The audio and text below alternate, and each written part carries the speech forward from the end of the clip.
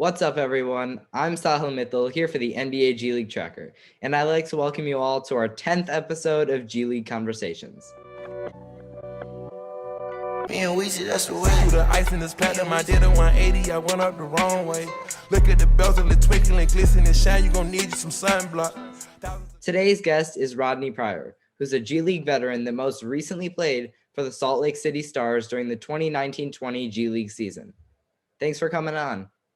Thanks for having me. Super excited. So before we get into what's been going on with the G League recently in your G League career, let's take it back to the beginning. You grew up in Evanston, Illinois. Was it early on in your life, or when did you really realize that pro basketball was a viable path for you to pursue? I don't think it became reality for me probably until about high school. Because I was a little late bloomer to the game. You know, I grew up around playing basketball, but my household was football, so I was locked in for football, and then kind of gradually fell into basketball, and then it started to take off, and then that's when you start to have the goals and aspirations, and then those far-fetched dreams get closer to reality. So when you ended up going to college, you started out in junior college, and then you went to Robert Morris for 2 seasons, and then your final season, you transferred to Georgetown, where you played really well. You led the team in scoring. You tied for the team lead in rebounds with Jesse Govan, and you won the NCAA Slam Dunk Contest. After having such a great season, was it shocking for you to actually not get drafted? Yeah, you know, it was funny. I was on an Instagram Live the other day with my buddy, and he was like, if you would have told a kid they would do exactly what you did at Georgetown, how do you think the kid would react? And I'm like, well, he's for sure getting drafted. Definitely could argue for first round. So, you know, coming out after having the year I had individually, I thought it was enough to get drafted. But I think lack of success for my team caused me not to get drafted. And then going into pre-draft, I sprained my ankle pretty bad, which didn't allow me to work out for some teams that I think were really interested in me at the time. So just lost my momentum, you know, lost that leverage, like at the peak point of when teams are making their decision for their draft picks. So then after you ended up going undrafted, you started your professional career off in Turkey, where you played about 5 games. Why'd you choose to go overseas to Turkey instead of starting the season off domestically in the G League? You know, just trying to weigh what's the best, you know, opportunity to get back to the league. In summer league, you know, a lot of overseas teams are there as well. And a few approached me. I know the Turkish league was known for bringing guys back into the league. So I'm like, man, if I can go over there, I can make some quality money, get some income under my belt, and kind of reinvent myself, you know, show that I'm healthy, play well in the top league in Europe. I'll have a good shot to come back and get back in the league. So that was kind of my thinking when I decided to sign with the team in Turkey. So then after a few games in Turkey, you ended up moving back over to the G League with the Sioux Falls Skyforce at the end of 2017, where you played, I think, 24 games it was. After that first season in the G League, what about it made you want to return for the next season and the seasons after that instead of going to another league overseas? I think my first experience wasn't great in Turkey. The team wasn't able to pay us. We lost some sponsorships.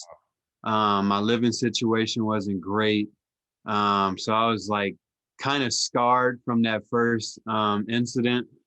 And then coming back to the G, you know, always with the mindset of getting to the league. I'm here in the States, you know, teams are able to see me. I'm right here. I'm not, you know, 10 hours away on a flight. And that first year in the G, you know, battling politics, just trying to get that full opportunity to truly display who I am as a basketball player. I felt like I didn't have it. So I was like, man, maybe if I come back another year and try to establish myself, I could probably get to where I want to be.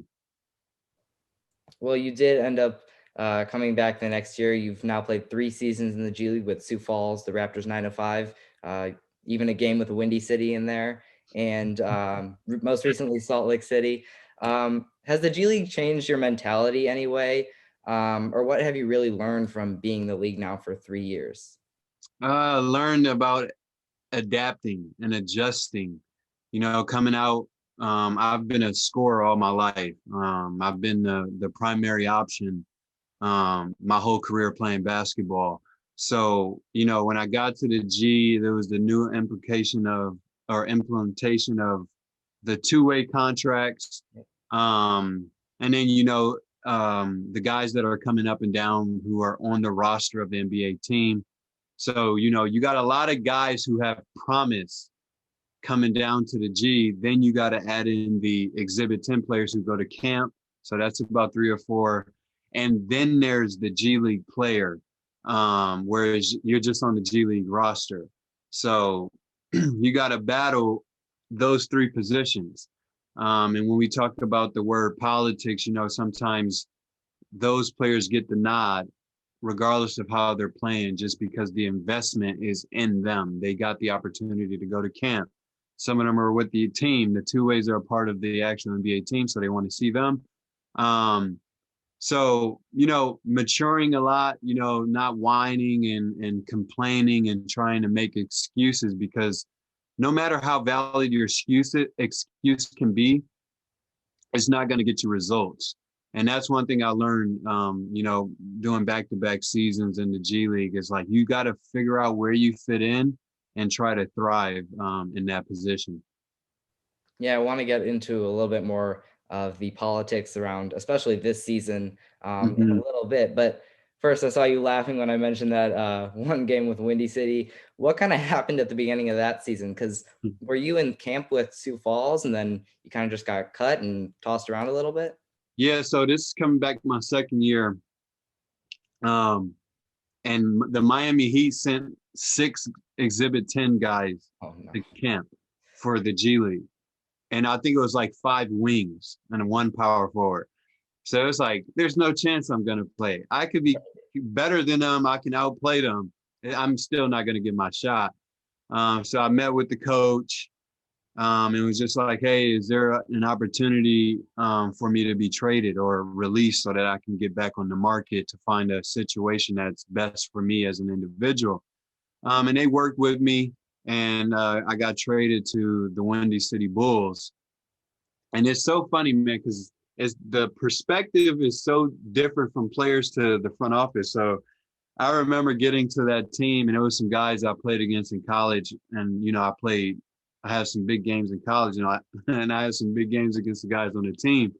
So when I got there on the first day, I'm coming in the locker room, everybody's like, man, we got Rodney. Like, man, that's what's up. Like, and in my head, I'm thinking, man, maybe this might be the breakthrough. Like, I get my opportunity here. And I get there, I'm playing well in practice. I think I was there about a week and a half total. So doing well in the practices, the first game come, and I only play like 10 minutes. And I was like confused. I didn't necessarily speak with the coach or anything. I hit up my agent, and I'm thinking I'm new here, like trying to get acclimated. And then we go to DC, and I don't play. And then the following morning, I get waived. And come to find out, a guy that went to camp with the Bulls had went overseas and then came right back. So they wanted to get him because they had his rights for that season. And I was the easiest person to cut because I just got there.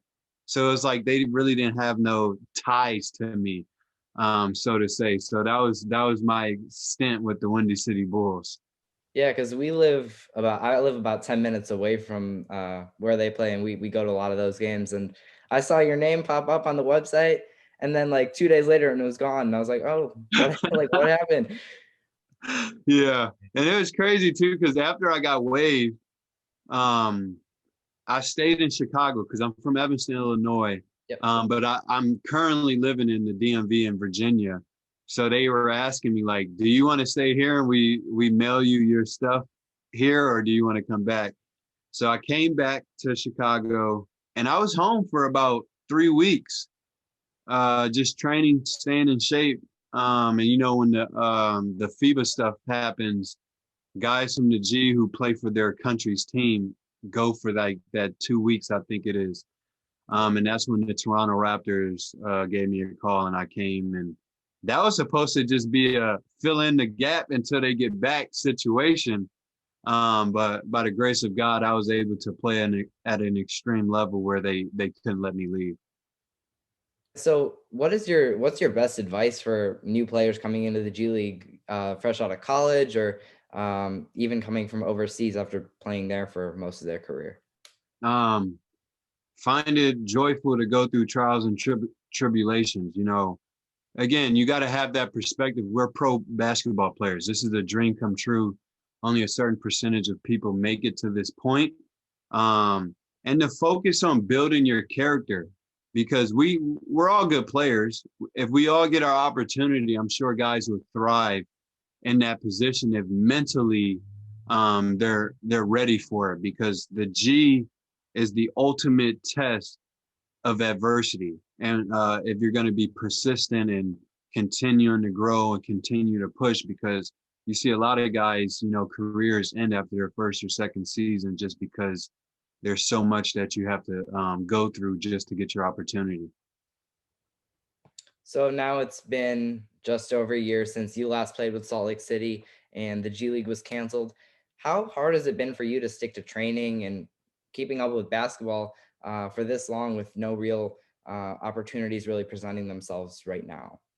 Man, you know, it's tough. You know, you don't really realize it, like the motivation you have to work out to be ready for the next season until like the season's taken away.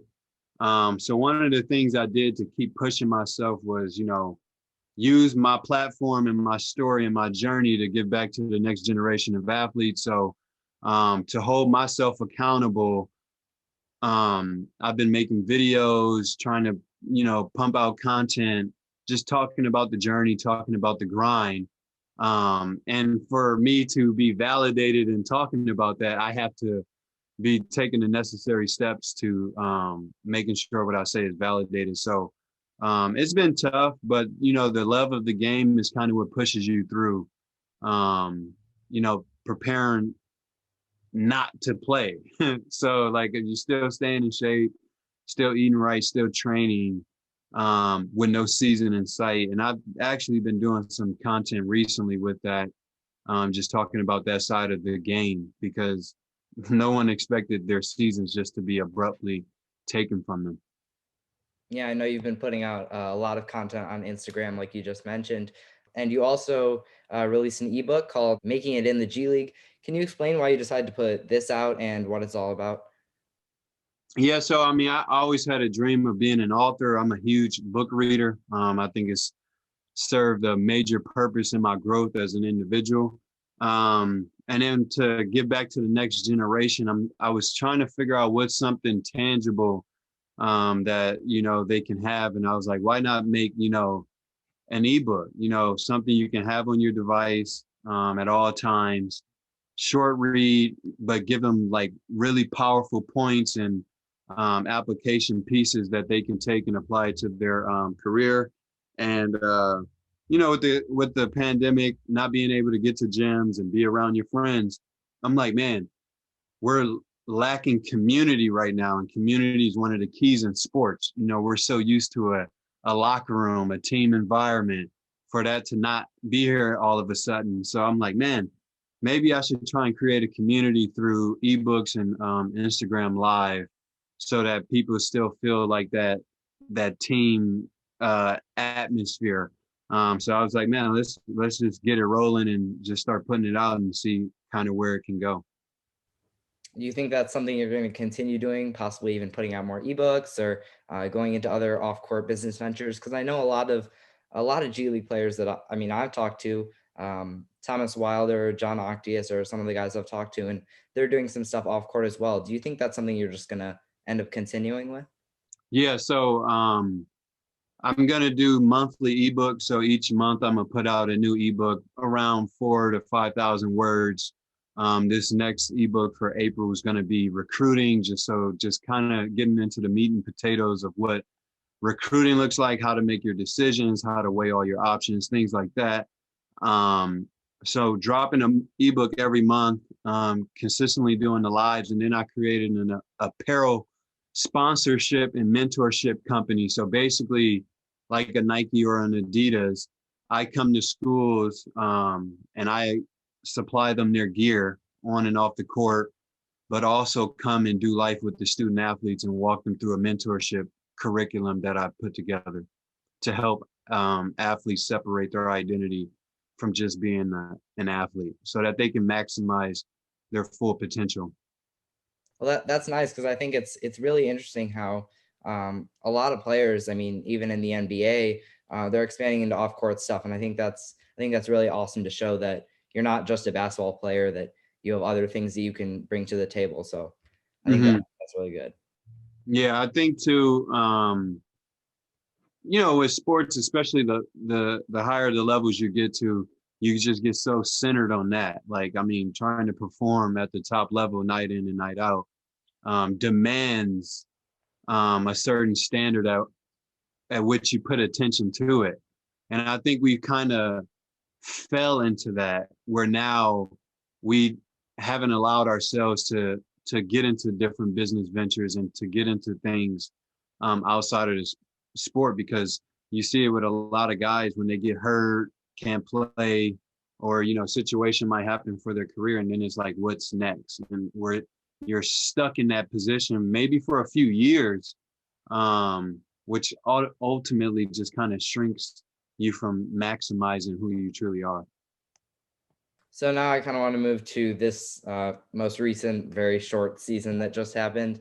When the G League draft rolled around before the season started, there were like almost 200 players in the pool. You were one of them, and I know a lot of people, me included, were kind of confused about how the player pool was decided. Because I know there were players where teams had their rights from the past season and they were automatically on the roster, and there were some players where their teams had the rights, but they were put into the player pool. So can you explain how that worked out? Because I believe Salt Lake City had your rights. So it got very challenging for teams. And this is, because a lot of times we think of politics as just like a negative connotation, when politics in the game and in life is it's like gravity. It has to be there. So with 11 teams not opting to go into the bubble, that's essentially a lot of jobs not available. So what made it hard for teams was, so those 11 teams that didn't opt into the bubble, their NBA teams still had Exhibit 10 players. Yeah. And their Exhibit 10 players had to go somewhere. So this part is where it's like, man, that's really not that fair. You should have opted your G League team into the bubble so that your Exhibit 10 players could be on a team. So in turn, they pushed them in, and guys who were just G League players kind of got funneled out, on top of, NBA guys who didn't make rosters coming into the G League as well. So that's kind of what happened with my situation. I think they ended up getting like Yogi Ferrell. They had a couple Exhibit 10 guys from other teams come into the fold. So it ultimately pushed me off of the roster spot for that season. So when that happened, so guys that was in my position, they got put into the player pool. And the player pool basically wasn't a player pool because there were only like 20 picks. So it's 20 picks for 200 guys. So I think relationship building, all these different things. I was down to the wire with a few teams, just trying to figure out ways to which I can, get in the bubble. And then they did a bubble practice group. So basically there was a roster of 13 to 15 guys that were just on site, staying healthy, staying in shape, practicing, getting workouts for the guys who got hurt. Because if you got hurt, you basically got sent home because it's only a month. Right. So that whole draft was just a mess. It was a mess, because I feel like there was there was like a few picks in the first round. There was a couple in the second round, and I think there was only one in the third round. Yeah. What was it? Under 30 picks. So what was your initial reaction after you didn't get drafted? Because I know a lot of people were just like really confused and just like, what was that? It's funny too because I did an Instagram thing for it, like just videoing myself on the phone with my boy, going through the draft, watching people get drafted. So after, it was crazy too when you saw the certain guys, but I tell people I can't knock guys getting their opportunity no matter how much I feel that I'm better than them. Because an opportunity is an opportunity, and I wanted to cheer on everybody's success. But when you're seeing certain guys get picked, you're kind of like scratching your head. So then you're calling your agent like, yo, what's going on? What's the next move? Or is guys going to not accept their draft pick? Because I think it was a few guys that was like, no, I'm not going to go to the bubble, that got picked. So then you wait for that number to kind of come out. And then after that, once teams are like, all right, we got our roster, then it's like, all right, how do we get onto the practice squad roster? And then from there, it was like, well, if you can't get there, try to stay ready, potentially looking for overseas opportunities, but ultimately just kind of letting it play its course. Do you know how that practice team was kind of put together? Because I think there was only like one or two players who ended up actually playing during the season. But did you ever get a call to be a part of that? Or I was a part of the second batch. I mean, I don't know how they were coming up with, all right, this is the first 15. This is where I think the politic thing plays its role, agents, favors, deals, this, that, and the third. So, but yeah, I don't think too many of those guys actually played. And then it made it tough because the NBA was still sending down assignment players. So it was just like not enough room. So I think ultimately it came down to this. It was 4 Exhibit 10 players. Then there was 4 flex players. So that's Exhibit 10 guys coming from other NBA teams, which is 8. And then you had 2 spots left for G League guys. with the G League kind of just getting more crowded every year, there's an influx of players at the beginning of every season. There's players coming in from overseas. What are your thoughts as to how like the G League could possibly make some changes to the league and the players so they fluctuate less and the rosters are a little bit just more set and stable to where veterans can kind of have their place and they're not just getting pushed out by Exhibit 10 guys who are just coming in from college? Yeah, I think great question. We've actually been trying to figure that out, me and Andre Ingram. The first step is getting the player union. I think that was a big step for the G League. Now working within the player union, first, how do we protect veterans? Because, veterans kind of lay the foundation of the team. They're creating the culture. They're, setting the standard for at which the team needs to work. It's going to be interesting to see the separation piece from the NBA team to the G League because of that fluctuation in players, where now the fans can't really be attached to the team because there's a new player. Yeah. It's a new team every season. Oh yeah. It's weird. So then the revenue is hard because now, do you sell jerseys? Well, you can't because this person is only here for 2 months or this person is only here for a month.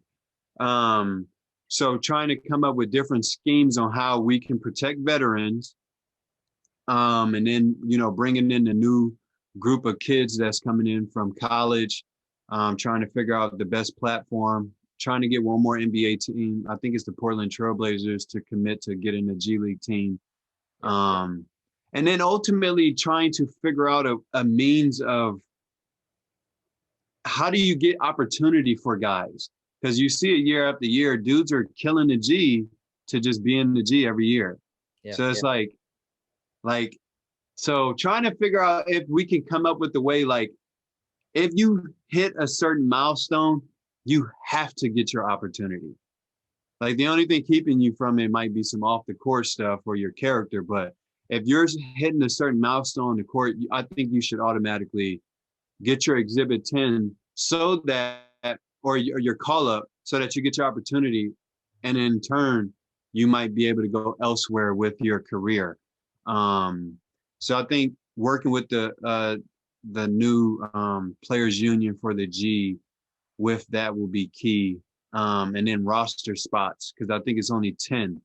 You only get 10, and then you get the two ways and then the assignment players. And, the G League's a development league, but I think it's time for them to become a league. Meaning now you got to figure out what you do with the assignment players. Do you let them stay in the league and grow, or how are you going to do that back and forth? Because when they come, they're not practicing with us. They're not going to training camp. They just come and play all the minutes and get all the shots.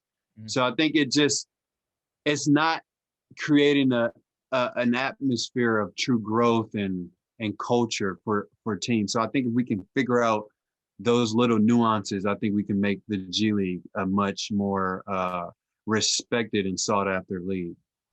Yeah, well, I'm excited to see what happens, especially because at the beginning of every season I've been watching since the last season. It was the D League, and every year I was just like, where did everybody go? Like half the players are on different teams, some are overseas. It's just everywhere. So hopefully that can become a little more set, because I know a lot of the fans that I see, they don't even know half the players, and like there's a few guys that they know, but that's only because they've been there for like 2-3 years. So I think building up like more solid set teams will help the G League a lot. Which will help with revenue too. And I think that's signing guys to multiple year contracts, because you got the year to year. So if you could get to a point where you could sign guys for 3 seasons, maybe let's say 3 years, 90K, 3 years, 100K, where you're getting, a livable income, for a duration of time. So as we look towards the next G League season, I believe they're planning on having it starting November, December-ish. I think we're all hoping it's normal this year. But what's next for you? I know you and your wife have a baby on the way. So do you think you're just going to be waiting until the next G League season, or are you going to try and pursue maybe some other professional opportunities through the summer?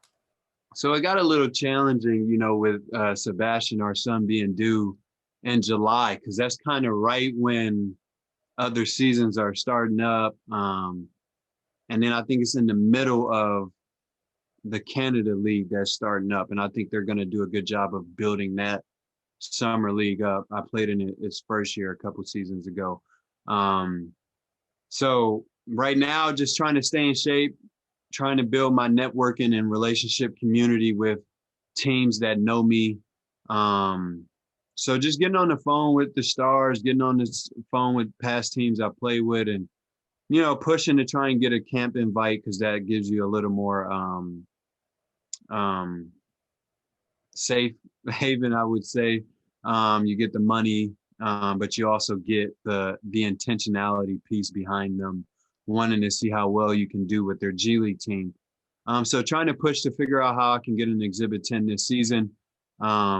But yeah, I think I'll be in the G, God willing, this year, and trying to, get back to the league, or get to the league, not get back. Well, Rodney, thank you so much for coming on, and hopefully we'll see you back in the G League this year.